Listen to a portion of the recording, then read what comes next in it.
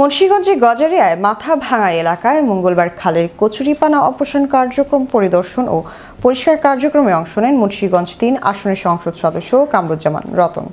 খালের স্বাভাবিক পানি প্রবাহ নিশ্চিত করা, জলাবদ্ধতা নিরসনে এবং পরিবেশের ভারসাম্য রক্ষার লক্ষ্যে এই উদ্যোগ গ্রহণ করা হয়েছে। এ সময় সংশ্লিষ্টদের সঙ্গে খালের বর্তমান অবস্থা পর্যালোচনা করেন এবং নিয়মিত রক্ষণাবেক্ষণের ওপর গুরুত্বারোপ করেন।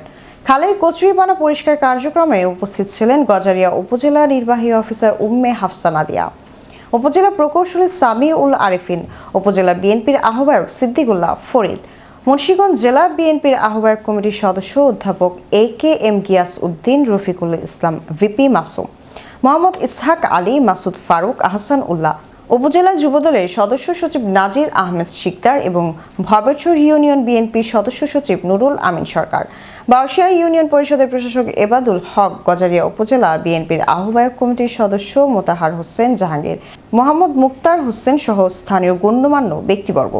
স্থানীয়রা জানান, দীর্ঘদিন ধরে কচুরিপানায় খালটি ভরাট হয়ে যাওয়ায় নৌ চলাচল ও পানি প্রবাহ ব্যাহত হচ্ছিল।